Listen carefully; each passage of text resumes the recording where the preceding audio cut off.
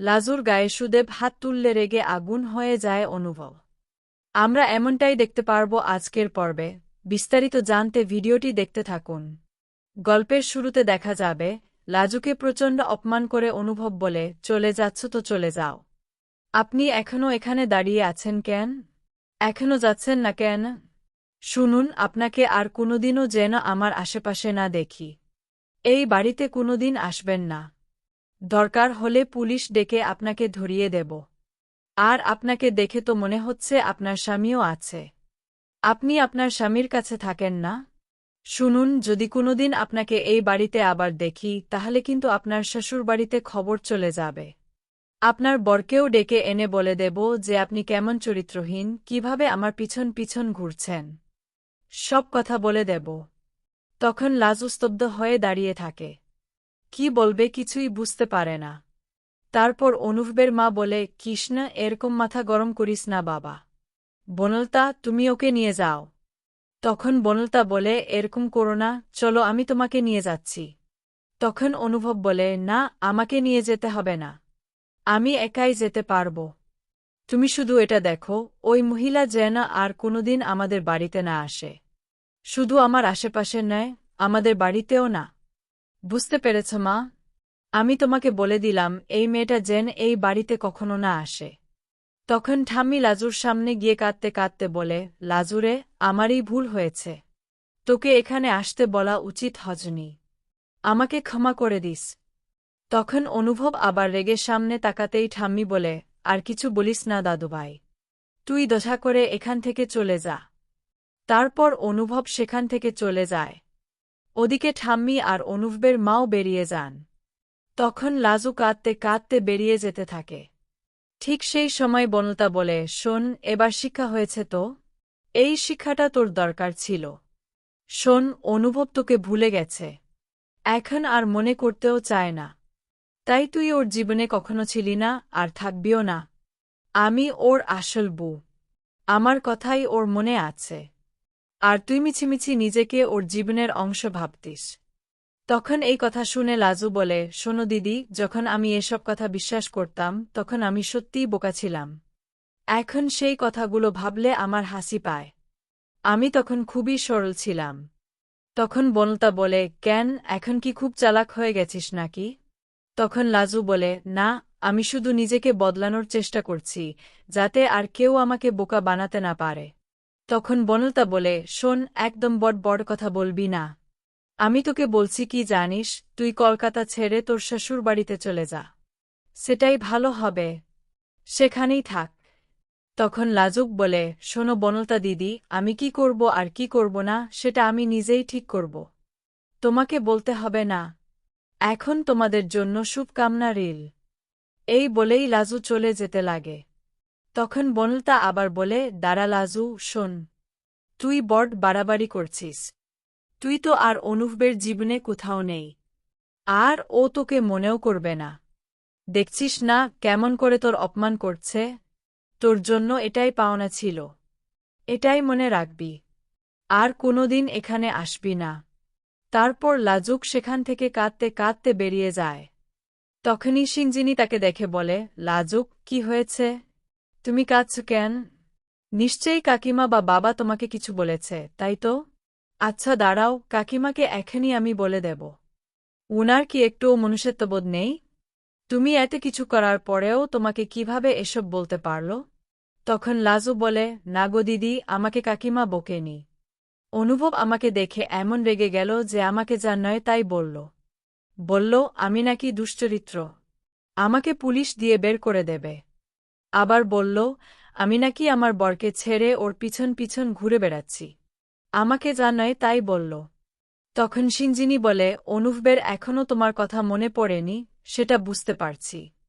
কিন্তু বনলতাকে মনে আছে, সবাইকে মনে আছে, শুধু তোমাকেই মনে করতে পারছে না কেন, সেটাই তো আমি বুঝতে পারছি না। আর তোমার সঙ্গে এত খারাপ ব্যবহারই বা করছে কেন? সবাই তো দেখতে এসেছে। কারো সঙ্গে তো এমন ব্যবহার করেনি। শুধু তোমাকে দেখলেই এত রেগে যাচ্ছে কেন? তার মানে কি তোমার ওপর সত্যিই কোনো রাগ আছে? আমি তো কিছুই বুঝতে পারছি না। তখন লাজু বলে, জানি না। আমি আর কোনোদিন আসব না। এই বলে কাঁদতে কাঁদতে লাজুক সেখান থেকে বেরিয়ে যায়। তারপর রাস্তা দিয়ে যেতে যেতে মনে মনে বলে, আমি আর তোমার সামনে কোনোদিন আসব না। তুমি যদি কোনোদিন আমাকে মনে করতেও পারো, তবুও আমি তোমার সামনে আসব না। তুমি ভালো থেকো, অনেক ভালো থেকো। তোমার জীবন থেকে আমি অনেক দূরে চলে যাচ্ছি। এদিকে দেখা যাবে বনলতা ওর মায়ের সঙ্গে কথা বলছে। তখন ওর মা সবটা শুনে ভীষণ খুশি হয়ে বলে, কি বলছিস তুই বনলতা, সত্যি কথা?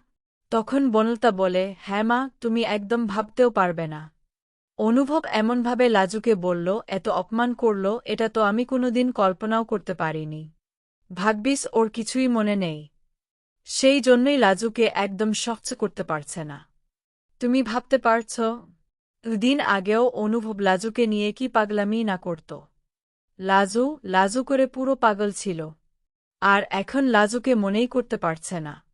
তখন ওর মা বলে, দেখ তো, এবার ওপরওয়ালা তোকে একটা সুযোগ দিয়েছে। সেই সুযোগটা কাজে লাগা। আর কিছু করিস না, শুধু জামাইদের ভালো করে খেয়াল রাখ। ভালোভাবে যত্ন নে, যাতে আগের সব কথা মনে পড়লেও ও তোকে জীবন থেকে সরিয়ে দিতে না পারে। তখন বনলতা বলে, হ্যাঁ মা, আমি তো সেটাই করছি। আমি অনুভবকে একদম কাছছাড়া করি না।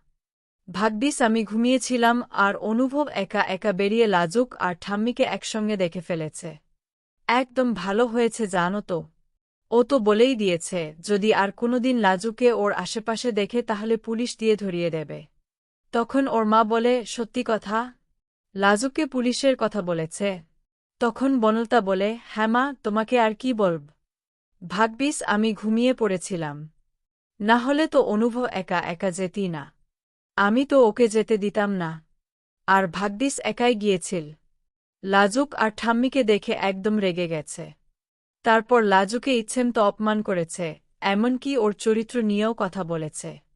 জানো, লাজুর এই শিক্ষাটা পাওয়া দরকার ছিল। তখন ওর মা বলে, আমি ওখানে থাকলেও তো দারুণ মজা হতো। তখন বনলতা বলে, হ্যাঁ মা, আমি তোমাকে কি বলব। সবাই তো অবাক হয়ে তাকিয়েছিল, আমার শাশুড়ি মাসহ সবাই। কি বলবো কিছুই বুঝতে পারছিল না। তখন ওর মা বলে, দেখ মা, তোকে আমি আবারও বলে দিচ্ছি, তুই জামাইদের ঠিকঠাক খেয়াল রাখিস। কিন্তু আমি তো ভাবতেই পারছি না, মানুষটা এই অর্ধেক স্মৃতি নিয়ে কিভাবে বাঁচবে বলতো। আর তাছাড়া সব কথা মনে পড়ে গেলেই বা কী হবে। আচ্ছা, সবার সঙ্গে কথাবার্তা বলছে, তোর সঙ্গেও কথা বলছে তো।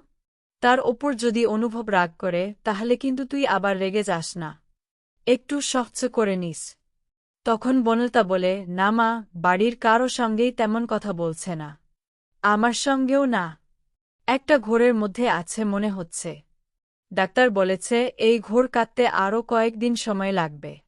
হয়তো ওর মস্তিষ্ক হারিয়ে যাওয়া স্মৃতিগুলো ফিরিয়ে আনার চেষ্টা করছে। তখন ওর মা বলে, আচ্ছা ঠিক আছে। ঠিক সেই সময় অনুভবের মা সেখানে চলে আসে। তারপরেই বনলতা ফোনটা রেখে দিলে অনুভবের মা এসে বলে, এই বনলতা, তুমি এখানে কি করছ? কৃষ্ণা একা আছে। তখন বনলতা বলে, আন্টি, আসলে এখানে কিছু জামা কাপড় নিতে এসেছি। তখন অনুভবের মা বলে, আচ্ছা বনলতা, তোমাকে একটা কথা বলি। তুমি কি সত্যিই ঘুমিয়ে পড়েছিলে? নাকি ইচ্ছে করেই ওকে আটকাওনি? তখন বনলতা বলে, মানে? আপনি কি বলতে চাইছেন? তখন অনুভবের মা বলে, শোনো, তুমি তো শুধুমাত্র লাজুকে জব্দ করার পিছনেই পড়ে আছো। কিভাবে লাজুকে কষ্ট দেবে, সেই চিন্তাই করছ। আর সেই চিন্তা করতে গিয়ে যদি আমার ছেলের কোনো ক্ষতি হয়ে যায়, তাহলে আমি একদম সহ্য করব না। হাসপাতালে তুমি তো জোর করে লাজুকে ওর সামনে নিয়ে গিয়েছিলে। তুমি জানতেই যে আমার ছেলে ওকে দেখলে রেগে যায়, ওর ক্ষতি হতে পারে। তারপরেও শুধু লাজুকে অপমান করার জন্য, আমার কৃষ্ণের মুখ থেকে ওকে কথা শোনানোর জন্যই তুমি ওকে নিয়ে গিয়েছিলে। তাই এখন তুমি সত্যিই ঘুমিয়ে পড়েছিলে, এটা আমি কিভাবে বিশ্বাস করব?